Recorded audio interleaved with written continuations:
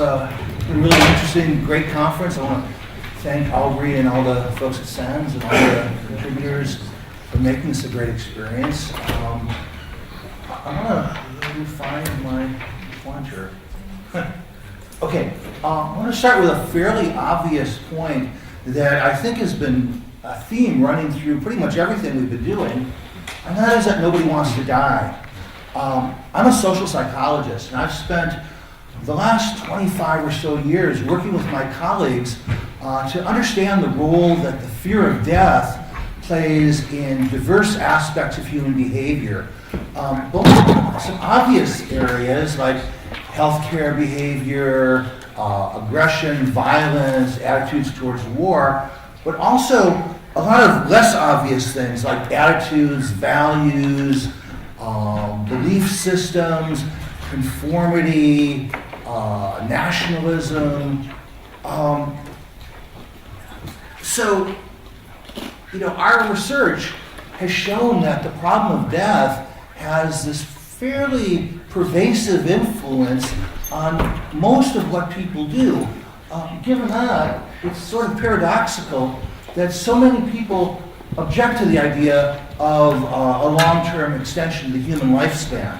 How can we make sense of that? And what I'd like to argue is that in part, not the only reason, but part of the reason that people often object to the idea of greatly, radically extending the lifespan is that we're very afraid of death.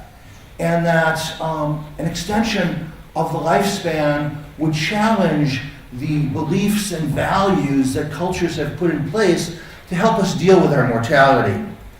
Now, when I first started getting involved in this work and talking about it with friends and colleagues, most people thought I was crazy. They thought that this is a bad thing, an impossible thing, and I got the sense from talking with lots of you that you have this very similar experience. Sometimes people raise, possibly rational objections, although our last talk suggests overpopulation may not be quite the problem that we imagine. If we actually became immortal, that would certainly become greater. Possible restriction of reproductive and other rights, depletion of resources, unequal access to the technologies. I would imagine, a lot of people, I brought this up to my class, and one of them said, do we really want Donald Trump to live 1,000 years, or Rupert Murdoch, or whoever it is in your country? Various unanticipated consequences. There are also a lot of objections that people raise that might seem to most of us as less rational. It violates God's plans. If we live forever, we'd never get to heaven. It would take a lot longer, at least. God would punish us, as He did in the ancient days, bring floods and pestilences. Nature never intended us to live that long. And also, people are generally skeptical oftentimes about the possibility of accomplishing this, largely because they have no basis for understanding the science involved, but also because people have been trying for thousands of years to extend the lifespan, to find immortality. The oldest known narrative written document, the Epic of Gilgamesh, is about a king who went off seeking the islands of immortality after he became terrified of his own death upon learning of his friend's death. So, I guess the two big questions for people in general is extending the lifespan desirable, and is it possible? Now, we would hope that we could have a dispassionate, rational discussion about these things, but everything that psychology teaches us about how people think and reason suggests that that's probably not the case. I think the common sense way of thinking about thinking is that sometimes people are rational and sometimes they're not.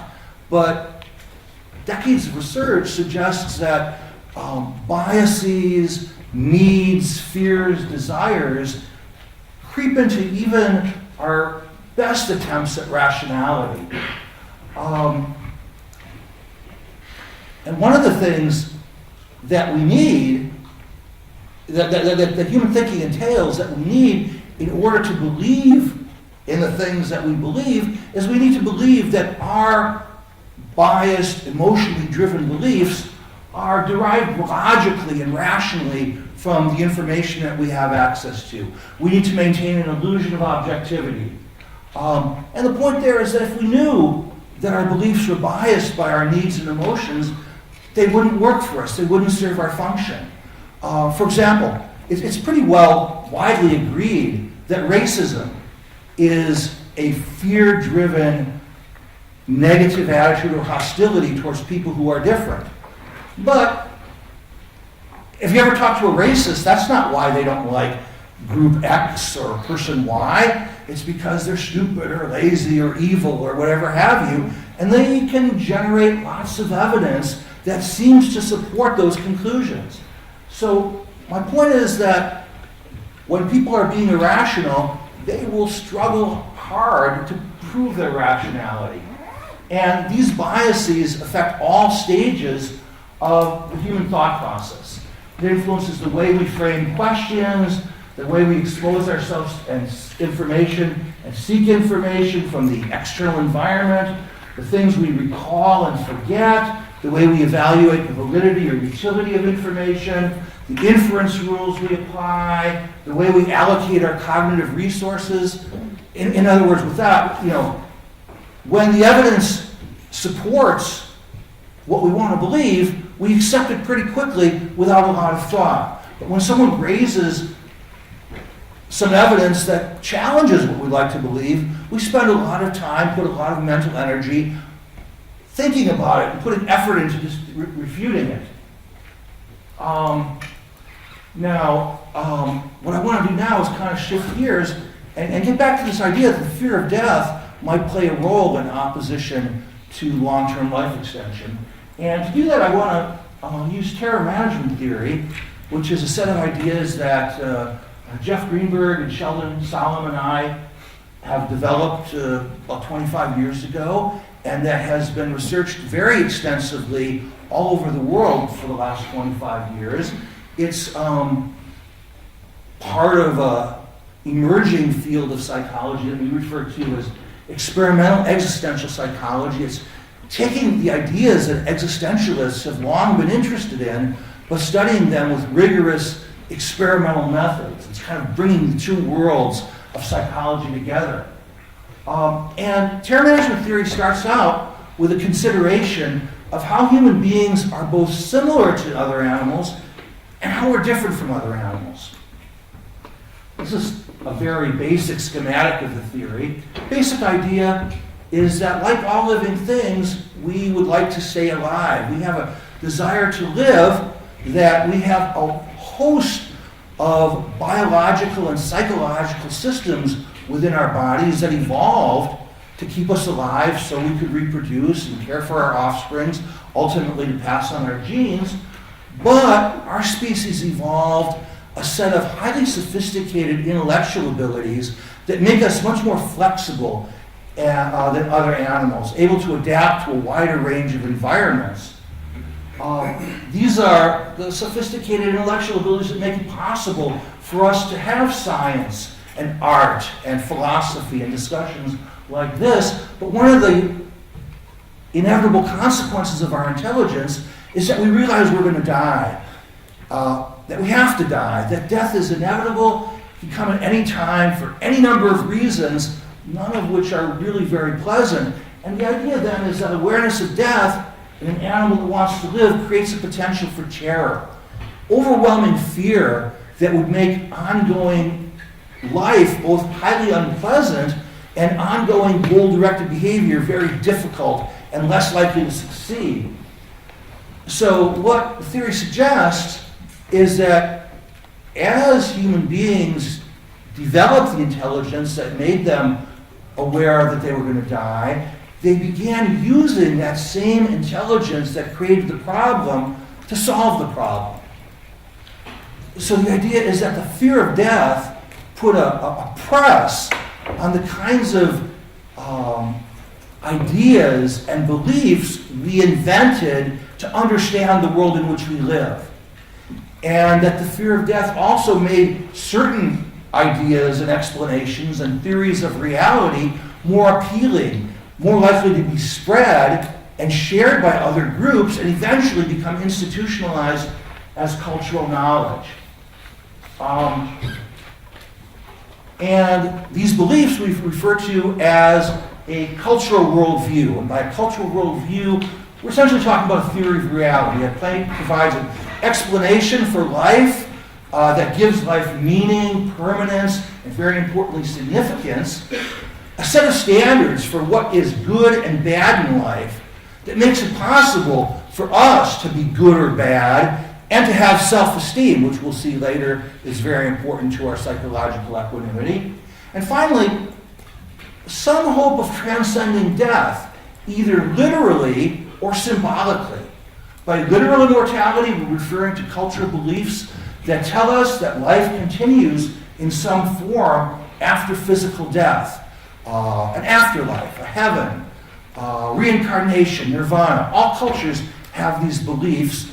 Until recently, all cultures have, and still, even today, the vast majority, 85 to 90% of human beings believe in some sort of afterlife. Symbolic immortality is the idea that we can live on by being part of something greater than ourselves and making a valuable contribution to something greater than ourselves. In the films we just heard about, living on through our children, through our money, through our fortunes, through our accomplishments, through the books we've written, through the theories that we've promoted, through the work that we're doing as part of a group like SENS even, that we become part of something greater than ourselves that we contribute to that lives on after we're gone. Okay? So cultures give us this potential for either literally or symbolically transcending death. Final bit of the theory is that our protective shields are basically ideas. They're flimsy. And to keep them strong and functioning, we need other people to share them. The only way, another problem with these things is our beliefs and values that protect us from death aren't things that we can very easily validate with observation or science. They're usually, in most cases, involve invisible worlds that we really don't have access to. So the way we maintain faith in these things, and actually pretty much anything we believe, is when other people share our beliefs. So for example, right now, I would really like to believe that you think I'm making sense, right? That made me feel pretty good. And, if people are smiling, nodding their heads, that would make me think, oh, I'm making sense, that's cool, and I could relax. But on the other hand, occasionally I'll do one of these talks and people are shaking their heads or scowling or running for the door. That undermines things, all right? So what that does is when people share my beliefs and values, it strengthens them and makes them more effective as a protective shield against anxiety. When people have different beliefs and values, it threatens them. So to summarize, basic idea of terror management theory is that we protect ourselves from a fear of death that's an inherent part of being a living being that wants to live, a being that wants to live but knows it's going to die, by investing in a cultural worldview and then working to get self-esteem by living up to the standards of the worldview. And both our faith in the worldview and our faith in our value within the worldview depends on other people sharing our beliefs. In a way, we could say that this terror management system is like a psychological immune system. That struck me as kind of a useful metaphor as I was listening to a lot of the talks. You can think of our worldview and our self-esteem, the beliefs and values we hold as sort of like T cells, and fear of death and thoughts of death as being pathogens or deviant cells that need to be destroyed. I don't know if that works for you or not. I thought I'd just throw it out there. Anyway, when we got started on these ideas 25 years ago, this is very different than anything psychologists were working on. We really didn't know if we could test these ideas, but we began deriving hypotheses and doing laboratory tests of them, and By now there's well over 500 independent replications of studies that have supported these basic ideas conducted in over 20 countries all over the planet. And I want to just very briefly go over that. First hypothesis is what we call the anxiety buffer hypothesis. If something like self-esteem protects us from anxiety, then if we would increase a person's self-esteem or faith in their worldview, it would make them less prone to anxiety in a threatening situation. So we've done a lot of studies where we boost people's self-esteem by giving them positive feedback on a personality test, telling them they're bound for success, giving them an IQ test with very easy problems so they think they're brilliant, assessing people with chronically high self-esteem, and of course, randomly assigning people to these conditions. This is good science. And then we expose them to a threatening thing, like a gory film about death, painful electric shocks, a variety of things, and we observe less self-reports of anxiety, lower levels of physiological arousal, less defensive distortions in their thinking. Another line of research is the death thought accessibility hypothesis, personal favorite. Here the idea is if our worldview and self-esteem protect us from the fear of death, when those things are threatened, death-related thoughts ought to come to mind more easily and quickly. In psychological language, it would become more accessible. An accessible thought is like, SENS would be accessible to you all now because we're at a SENS conference, whereas, maybe next week it won't come to mind quite as easily. So anyway, we do a lot of studies where we expose people to criticisms of their nation, their group, information with fundamentalist Christians challenging biblical accounts of creation, essays arguing that their common cultural beliefs are arbitrary fictions, a variety of other things, and we find that death-related thoughts come to mind more readily as measured by completions of ambiguous word stems, perceptions, how people describe pictures that are ambiguous, that might have death themes, or how quickly they can respond to a word and decide whether it's a word or not, if it's death or not. Lexical decision task widely used, but to really get into that, we won't have time. Mortality settings hypothesis is most heavily used. Here the idea is that if something's protecting you from anxiety, then reminding you of it you're afraid of should increase your need for that thing. And we find that when people are reminded of death, it increases their bias towards their nation, their university, their church, their political party, their family, their town. It makes it more difficult to treat cultural icons with disrespect. And that was kind of a dramatic study where we gave people a creativity task where they had to hang a crucifix on the wall, and the only way they could do it was use the crucifix as a hammer. After thinking about death, it took a real long time to figure that out. Increases prejudice, aggression, support for war and terrorism among Iranians, Iraqis, Palestinians, Americans, and so on. 2 minutes. 2 minutes? Okay, let's move. 2.5. Okay. One more thing. People deal with the problem of death in two rather distinct ways.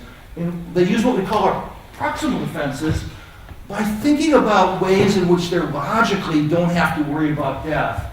Like my grandmother who lived to be 99, the fact that I don't smoke, or I make a promise, I'm going to go on a diet and stop drinking, or start taking the supplements that I've been hearing about. But anyway, these are the things we do while we're thinking about death. They are logically connected to death. There are other things we do that are only symbolically related to death that we do when the thought of death is not in conscious attention, when it's on the edges of the consciousness. That's where we try to be a valuable participant in a meaningful universe. We try to affirm our worldview and maximize our self-esteem within it. And I want to talk about some health studies that show this rather nicely. First one, these are some other studies we did, but I want to talk about a study looking at the use of preference for sunscreen. Using sunscreen is an interesting thing because on the one hand, the more sunscreen you use, the better it is for your health and that the less likely you're going to burn and become prone to skin cancer. But by using a lot of sunscreen, you reduce your chances of getting a good tan and looking beautiful, which increases your self-esteem. So we did a study in which we reminded people of death and asked them how much interest they had in a bottle of 45 level protection sunscreen. And what we see is immediately after doing this, thoughts of death increase interest in that sunscreen. But after a delay, thoughts of death decrease interest in the protective sunscreen, presumably because it's going to make them more beautiful and enhance their self-esteem. And we've also looked at some parallel studies looking at the impact of expert versus celebrity endorsements for products. And we did a study where we gave people the opportunity to sample and rate a new kind of water, bottled water, advocated by Jennifer Aniston, hope you know who she is, or Dr. Kate Watson, fictitious physician who presumably knows a little more about what's good for you than Jen does. What we find is immediately after a death reminder, when the doctor recommends it, people show greater interest in the sunscreen. But after a delay, no increase in interest when the doctor recommends, dramatic increase in support when the celebrity recommends the sunscreen. We also gave them a chance to drink the water, and again, you get the same basic pattern. Immediately after think about death, they drink a lot more water when the doctor recommends it, but after a delay, when those thoughts of death are not conscious but on the edges of consciousness, Jenny's water becomes much more popular. So let's just think about what this work in general might tell us about people's opposition to the objectives of the SENS Foundation and the general goal of reversing the aging process and extending the lifespan. First of all, the mere thought of it is likely to make death thoughts more accessible. Just thinking about a longer lifespan implies not dying, makes those things more accessible, so it's likely to activate these irrational defensive processes. And hundreds of studies have shown that thoughts of death are likely to push people's attitudes to be more in line with their values, which might be oriented towards their religion, what their social group considers appropriate, and a very important value for many of us, scientific skepticism. Another thing I've gotten the sense of from talking with many of you is that life extension research isn't always viewed extremely positively by the scientific community. And some people see it as unrealistic. And in a sense, that exemplifies the value of scientific skepticism. You know, this is something that's never been accomplished before. People have tried before. There's reasons to be skeptical. So that's a value that might also be operating. Also, the research implies that information, evidence, and arguments that promote these ideas might make death-related thoughts more accessible and thereby increase the bias. And again, there's likely differences in the processes in terms of their short-term and long-term response, people's short-term and long-term responses because of these different modes of coping with the problem of death.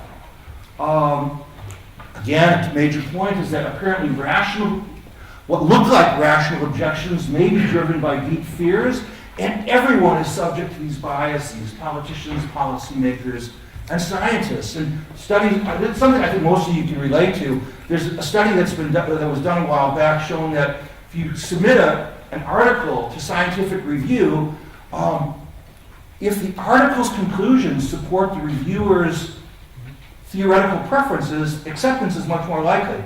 Maybe you didn't realize that, but that's good evidence. Yeah, there's good evidence of that too, beyond our own individual experiences. So, I just want to close by arguing that it's important to understand the psychological processes through which biases against long-term life extension arise, that I think would be very useful for people interested in promoting this cause to build on the science of persuasion and resistance to new ideas. Long history of research on that we learn a lot about, and it's used every day by advertisers and politicians.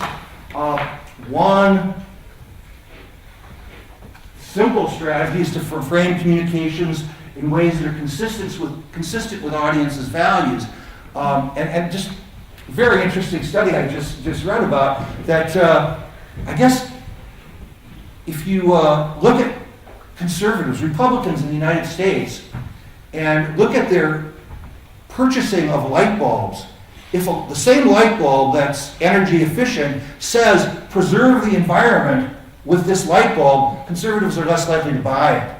Point being that identity concerns and politics and values and these things enter into things in subtle ways. Also, an audience with a strong anxiety buffer, with confidence in their worldview, a good level of self-esteem ought to be more receptive.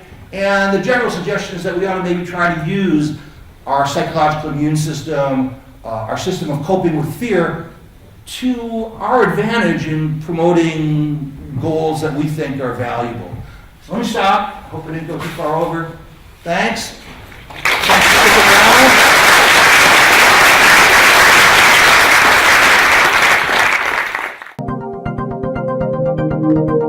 around.